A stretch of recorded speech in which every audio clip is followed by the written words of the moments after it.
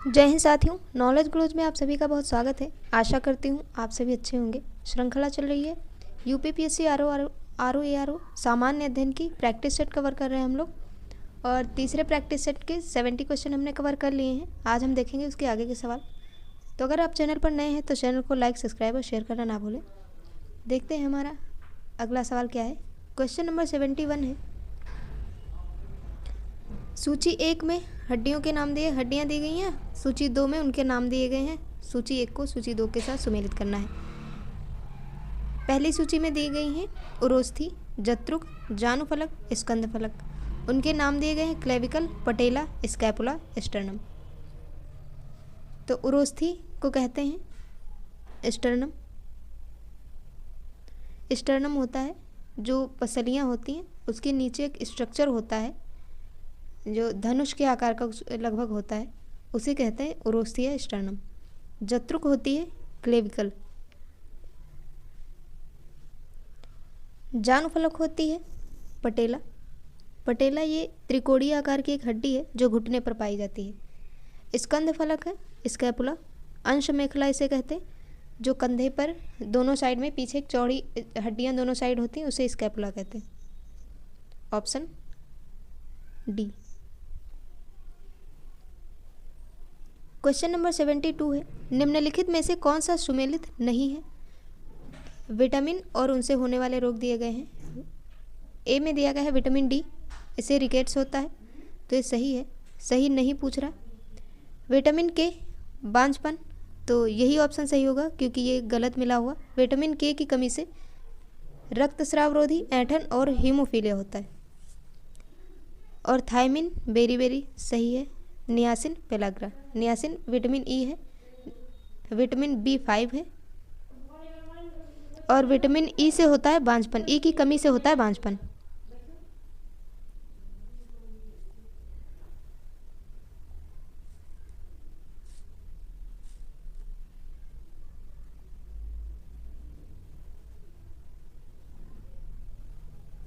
Question number 73 है। निम्नलिखित में से किससे कुपोषण होता है? 3 दिए गए हैं। अतिपोषण से, अल्प पोषण से, असंतुलित पोषण से। ऑप्शन देखते हैं क्या है। पहले ऑप्शन में है केवल 2, दूसरे में है 2 और 3, तीसरे में है 1 और 3, और डी में है 1, 2, 3, तीनों से। सही आंसर ऑप्शन डी है, तीनों से। अतिपोषण से, अल्प पोषण से, असंतुलित पोषण से, तीनों से ही कुपोषण होता है। क्वेश्चन नंबर 74 है। किस आयु वर्ग की जनसंख्या को जनांकीय लाभांश में सम्मिलित किया जाएगा? पहला ऑप्शन है 5 से 14 वर्ष की आयु वर्ग, और बी है 15 से 60 आयु वर्ग, सी है 60 से 80 आयु वर्ग, और डी है 80 वर्ष से अधिक आयु वर्ग के लोग। सही आंसर ऑप्शन बी है, 15 से 60 वर्ष आयु वर्ग के लोग।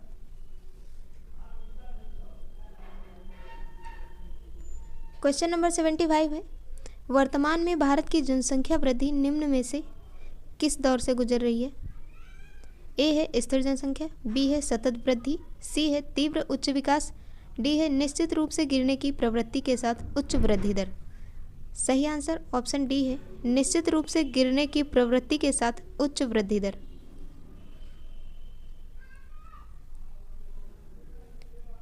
क्वेश्चन नंबर 76 है। नीचे दिए गए हैं 2 कथन दिए गए हैं। एक कथन ए है, दूसरे को कारण आर कहा गया है। कथन ए क्या है? 2001 से 2011 के मध्य भारत की नगरीकरण की प्रवृत्ति और प्रतिशत बढ़ा है।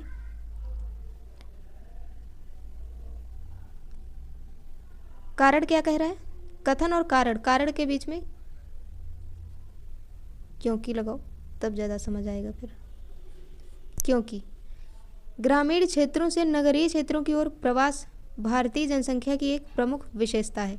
तो जी हाँ, सही है। ये भी पहला कथन भी सही है और कारण भी सही है, और कारण कथन की सही व्याख्या भी कर रहा है। ऑप्शन ए सही होगा। ए और आर दोनों सही हैं। आर ए की सही व्याख्या है। क्वेश्चन नंबर 77 है। कथन ए दिया गया है और कारण है। कथन है, आर्थिक विकास के लिए एक बहुआयामी उपागम की आवश्यकता होती है।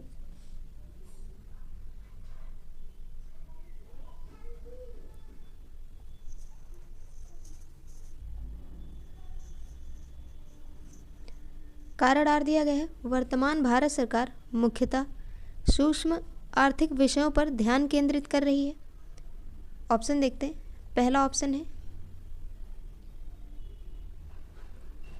ए और आर दोनों सही हैं, आर ए का सही स्पष्टीकरण है।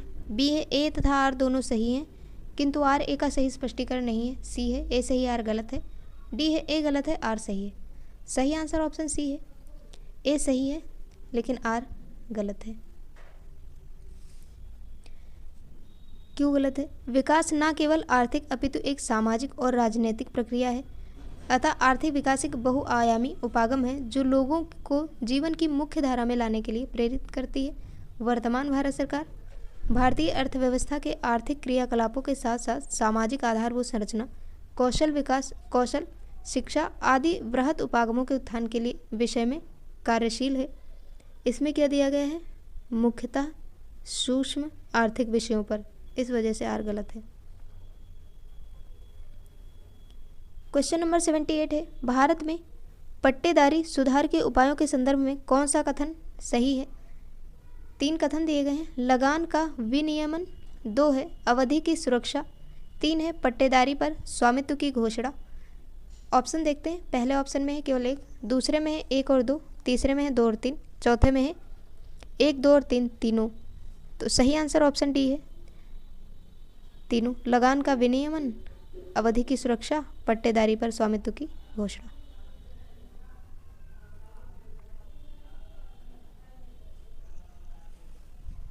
क्वेश्चन नंबर 79 है, निम्नलिखित में से कौन सा सुमेलित नहीं है?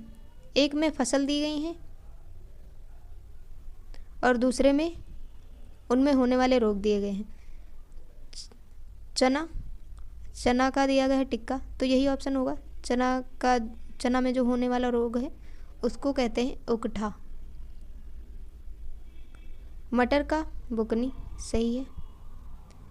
तिल का फाइलोडी, गन्ना का लाल सड़न। एक मूंगफली होता है, ये जो टिक्का है मूंगफली का है, पड़ चित्ती कहते हैं इसको। क्वेश्चन नंबर 80 है, प्रधानमंत्री फसल बीमा योजना के संदर्भ में निम्नलिखित कथनों पर विचार कीजिए।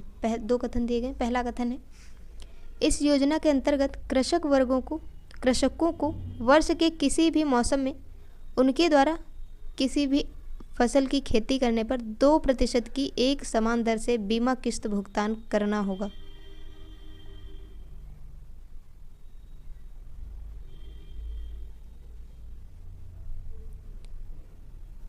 जो कि गलत है।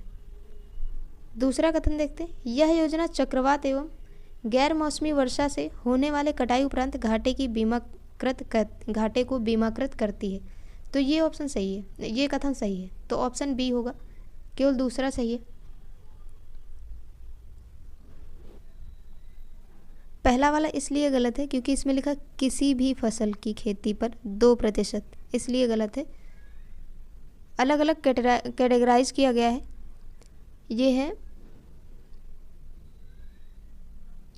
जो खरीफ फसलें हैं उनके लिए 2%, रबी की फसलों के लिए 1.5%, 1.5 और बागवानी एवं नकदी फसलों के लिए 5% होगा। इस वजह से पहला कथन गलत है। क्वेश्चन नंबर 81 है, भारतीय अर्थव्यवस्था के संदर्भ में निम्नलिखित कथनों पर विचार कीजिए। पहला कथन है, यदि मुद्रास्फीति अत्यधिक है तो भारतीय रिजर्व बैंक आरबीआई संभावित रूप से सरकारी प्रतिभूतियां खरीद सकता है। दूसरा कथन क्या है, यदि रुपए का तेजी से मूल्य ह्रास हो रहा है तो आरबीआई बाजार में डॉलरों का संभावित रूप से विक्रय कर सकता है। तीसरा कथन है, यदि यूएसए या यूरोपियन संघ से ब्याज दरें गिरती होती तो इससे संभावित रूप से आरबीआई की डॉलरों की खरीद प्रेरित हो सकती है। ऑप्शन देखते हैं। पहले में है केवल पहला और दूसरा सही, दूसरा ऑप्शन है केवल दूसरा और तीसरा सही, तीसरा ऑप्शन है केवल पहला और तीसरा सही, और ऑप्शन डी है तीनों कथन सही।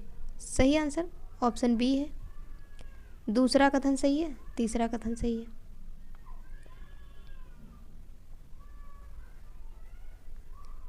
क्वेश्चन नंबर 82 है, भारतीय सरकारी बॉन्ड प्रतिफल निम्नलिखित में से किससे या किनसे प्रभावित होते हैं? कथन देखते हैं। कथन दिए गए, पहला है यूनाइटेड स्टेट्स फेडरल रिजर्व की कार्रवाई। दूसरा कथन है भारतीय रिजर्व बैंक की कार्रवाई। तीसरा कथन है मुद्रास्फीति एवं अल्पावधि ब्याज दर। ऑप्शन देखते हैं। पहले ऑप्शन में है पहला दूसरा सही, दूसरे में है केवल 2 सही, तीसरे में केवल 3 सही, चौथे में है तीनों कथन सही। सही आंसर ऑप्शन डी है, तीनों कथन सही।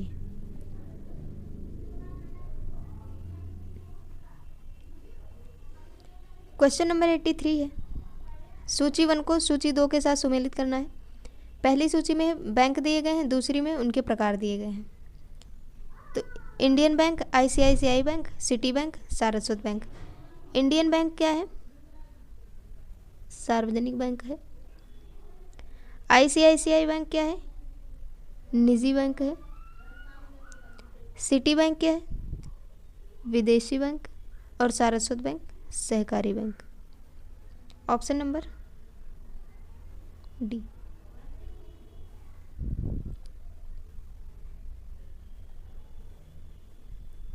क्वेश्चन नंबर 84 है,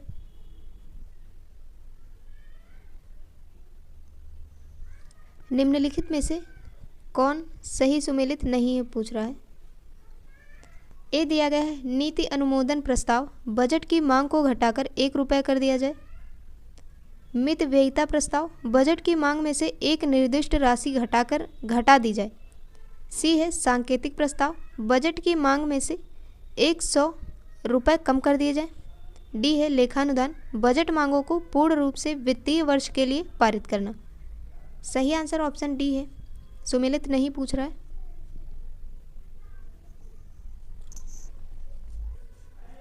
लेखानुदान क्या होता है?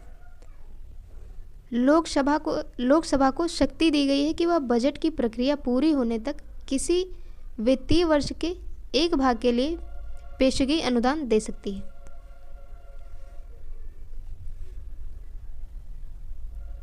क्वेश्चन नंबर 85 है वित्तीय स्थिरता विकास परिषद financial stability and development council के संदर्भ में निम्नलिखित कथनों पर विचार कीजिए। पहला कथन है यह नीति आयोग का एक अंग है। दूसरा है संघ का वित्त मंत्री इसका प्रमुख होता है।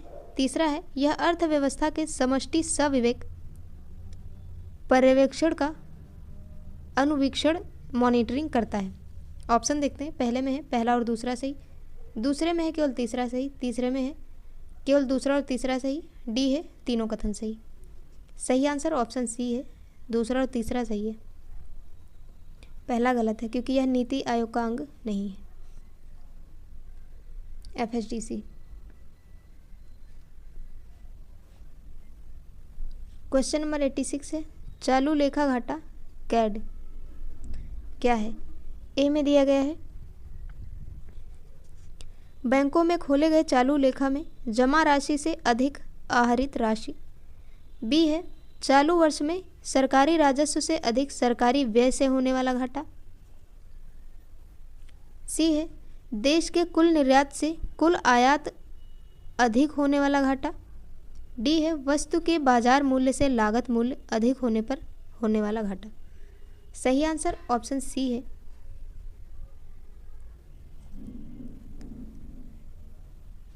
क्वेश्चन नंबर 87 है बहुआयामी निर्धनता सूचकांक में सम्मिलित होता है। जो सूचकांक जारी किया जाता है बहुआयामी निर्धनता सूचकांक, उसमें वो किस बेस पर? तो 3 दिए गए स्वास्थ्य, शिक्षा, जीवन स्तर। सही आंसर इस स्वास्थ्य भी होता है, शिक्षा भी होता है, जीवन स्तर भी होता है, तो ऑप्शन डी होगा। पहला दूसरा तीसरा तीनों सही हैं।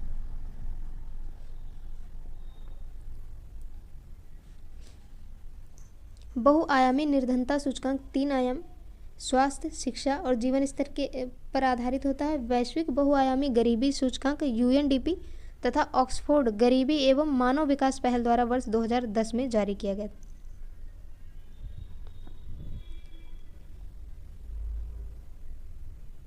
क्वेश्चन नंबर 88 है सूची 1 को सूची 2 के साथ सुमेलित करना है। सूची 1 में योजनाएं दी गई हैं और ये योजनाएं किस लिए हैं, किस उद्देश्य से हैं, ये सूची 2 में दिया गया है। स्वजल धारा योजना, हरियाली योजना, स्वर्ण जयंती ग्राम स्वरोजगार योजना, प्रधानमंत्री ग्राम सड़क योजना। स्वजल धारा योजना का उद्देश्य ग्रामीण जलापूर्ति 2 के साथ। हरियाली योजना वाटरशेड प्रबंधन।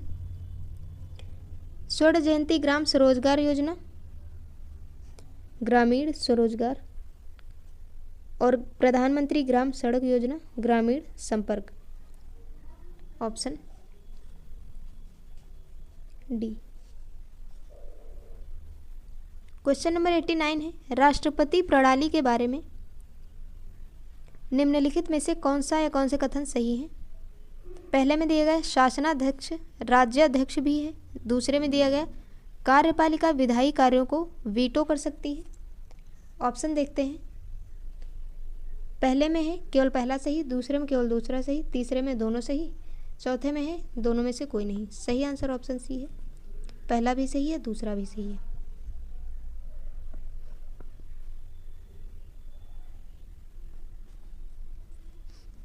क्वेश्चन नंबर 90 है, 1942 के क्रिप्स प्रस्तावों के संदर्भ में निम्नलिखित कथनों पर विचार कीजिए। पहला कथन दिया गया है, संविधान निर्मात्री सभा में भारतीय राज्यों की सहभागिता हेतु उपबंध किए जाने थे। दूसरा है, ब्रिटिश सरकार ने संविधान को स्वीकार करने तथा लागू करने की जिम्मेदारी ली। तीसरा दिया गया है, संविधान को स्वीकार करने के संबंध में ब्रिटिश भारत के सभी प्रांतों को एक प्रतिज्ञा पत्र देना था। चौथा स्टेटमेंट है, चल रहे विश्व युद्ध में ब्रिटिश भारत का कोई भी संसाधन प्रयुक्त नहीं किया जाएगा। कौन से कथन सही हैं? पहले ऑप्शन में दिया गया है पहला और दूसरा सही, दूसरे में है केवल दूसरा सही, सी है 1, 2 और 4 सही, डी है 1, 3 और 4 सही। सही आंसर ऑप्शन ए है, पहला और दूसरा कथन सही है, तीसरा और चौथा गलत है।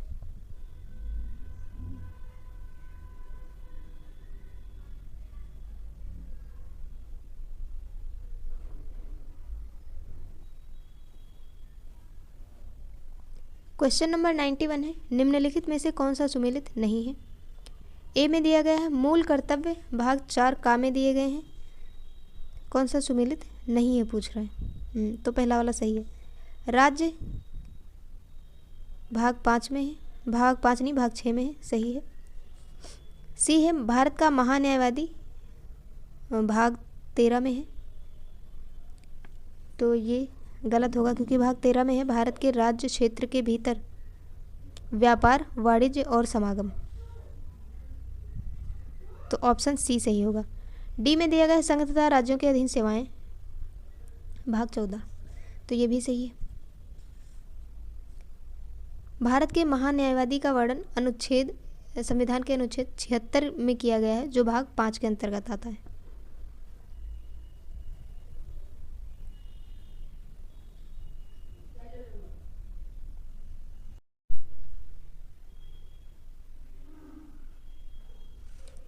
क्वेश्चन नंबर 92 है, निम्नलिखित में से कौन सा सुमेलित नहीं है? पहले दिए गए मौलिक अधिकार और उनसे जुड़े हुए अनुच्छेद, किस अनुच्छेद में कौन सा मौलिक अधिकार रखा गया है? तो अस्पृश्यता का अंत अनुच्छेद 17 बिल्कुल सही है। गिरफ्तारी एवं निरोध के विरुद्ध संरक्षण अनुच्छेद 23 में दिया गया है, तो ये गलत है, सही नहीं पूछ रहा, तो यही ऑप्शन हो जाएगा। और धर्म की स्वतंत्रता अनुच्छेद 25, अल्पसंख्यकों के हितों का संरक्षण अनुच्छेद 29। 23 में दिया गया 23 में बलात्श्रम एवं मानव दुर्व्यापार का निषेध अनुच्छेद 23 में है। गिरफ्तारी एवं निरोध के विरुद्ध संरक्षण अनुच्छेद 22 में है।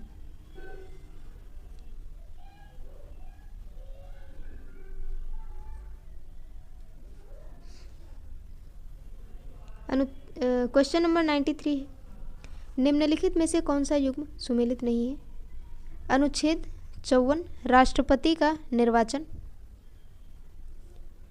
अनुच्छेद 55 राष्ट्रपति के निर्वाचन की रीति, अनुच्छेद 60 राष्ट्रपति पर महाभियोग चलाने की प्रक्रिया, तो यही होगा क्योंकि राष्ट्रपति पर महाभियोग चलाने की प्रक्रिया अनुच्छेद 61 में है। तो अनुच्छेद 60 में क्या है? राष्ट्रपति द्वारा शपथ या प्रतिज्ञान। डी में दिया गया है अनुच्छेद 123 अध्यादेश प्रख्यापित करने की राष्ट्रपति की शक्ति। सही है।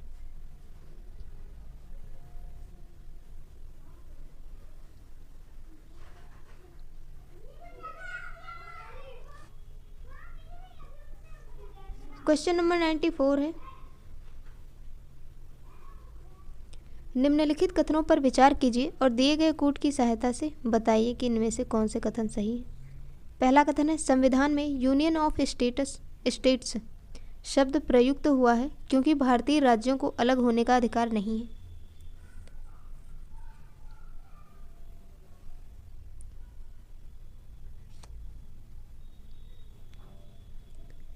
दूसरा कथन है, एस.के. धर आयोग ने राज्यों के पुनर्गठन हेतु भाषा के आधार की अपेक्षा प्रशासनिक सुधार को वरीयता दी थी। सही है ये भी। तीसरा है, पंडित नेहरू, सरदार पटेल और पट्टाभी सीतारमैया की, जिसको जेवीपी कमेटी कहते हैं, अध्यक्षता में कांग्रेस कमेटी राज्यों के पुनर्गठन में भाषाई आधार के पक्ष में नहीं थी। तो ये भी कथन सही है। ऑप्शन होगा डी, तीनों कथन सही है।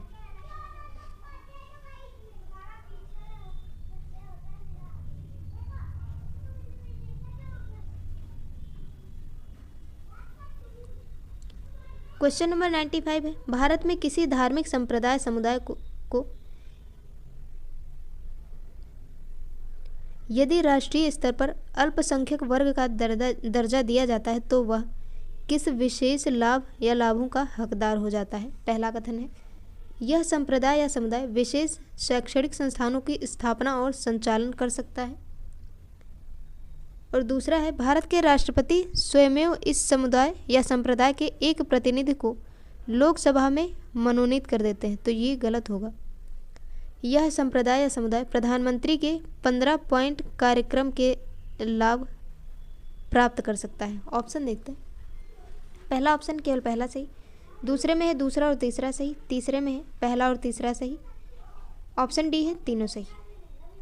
सही आंसर इसका ऑप्शन सी है, पहला और तीसरा कथन सही है।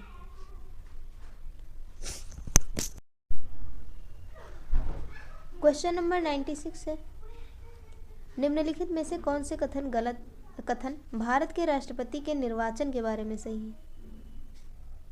पहला कथन है, यह अप्रत्यक्ष रूप से निर्वाचित होता है। सही है।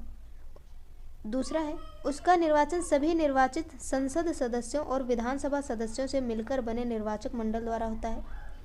तीसरा है, यह प्रत्यक्ष रूप से निर्वाचित होता है। तो ये तो गलत ही होगा क्योंकि पहले का अपोजिट दिया गया है। पहला सही है तो तीसरा गलत ही होगा, दूसरा भी सही है। फोर्थ है, राष्ट्रपति के निर्वाचन में विधान परिषद के सदस्यों के पास मत देने का अधिकार नहीं है। विधान परिषद, तो ये भी सही है। ऑप्शन बी, पहला दूसरा और चौथा सही है।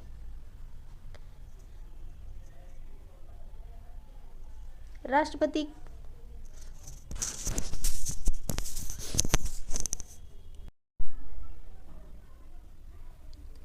क्वेश्चन नंबर 97 है, अध्यादेश के प्रख्यापन के संबंध में निम्नलिखित में से कौन सा या कौन से कथन सही है। पहला कथन है, राष्ट्रपति अस्थायी अवधि के अध्यादेशों को प्रख्यापित कर सकते हैं। तो ये ऑप्शन सही, ये कथन सही है।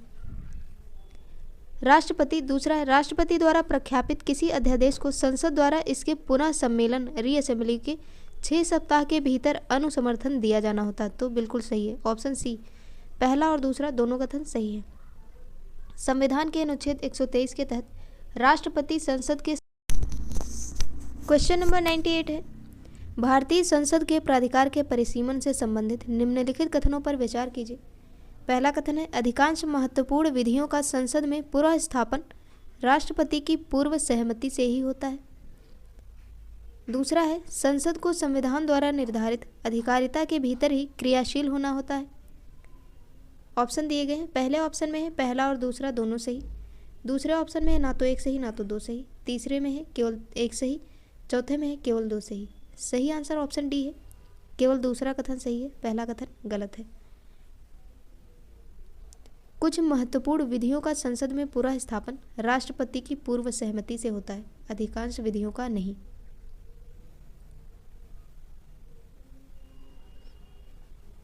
क्वेश्चन नंबर 99 है, निम्नलिखित कथनों पर विचार कीजिए, कौन से कथन सही हैं ये बताना है।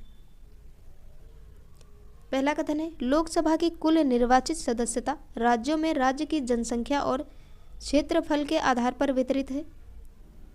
दूसरा है, भारत के संविधान के 84वें संविधान संशोधन ने 42वें संशोधन अधिनियम ने 42वें संशोधन द्वारा अधिरोपित निर्वाचित क्षेत्रों के परिसीमन पर लगी रोक को हटा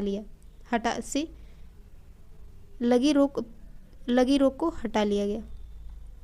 पहला ऑप्शन है केवल एक सही, दूसरे में है केवल दो सही, तीसरे में है पहला दूसरा दोनों सही, तीसरे में है ना तो एक सही ना तो दो। सही आंसर ऑप्शन सी है, पहला और दूसरा दोनों कथन सही है।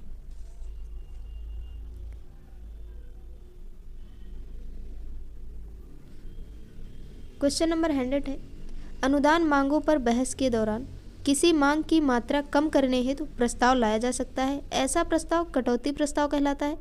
निम्नलिखित में से कौन से प्रवर्ग कटौती प्रस्ताव के रूप में वर्गीकृत किए जाते हैं। पहला कथन है, नीति विषयक कटौतियों का अनुमोदन। 2 है मितव्ययिता कटौती। 3 है प्रतीक कटौती। ऑप्शन है पहले में है पहला और दूसरा सही, दूसरे में है दूसरा और तीसरा सही। सी है 1, 2 और 3 तीनों सही। 4 है 1 और 3 सही। सही आंसर ऑप्शन सी है 1, 2, 3 तीनों सही है। क्वेश्चन नंबर 101 है, निम्नलिखित कथनों पर विचार कीजिए, सही कथन बताना। पहला कथन है, विधानसभा का कि अध्यक्ष यदि विधानसभा का सदस्य नहीं रहता है तो अपना पद रिक्त कर देगा। दूसरा कथन है, जब कभी विधानसभा का विघटन किया जाता है तो अध्यक्ष अपने पद को तुरंत रिक्त कर देगा। ये गलत है, पहला सही है, ऑप्शन ए होगा।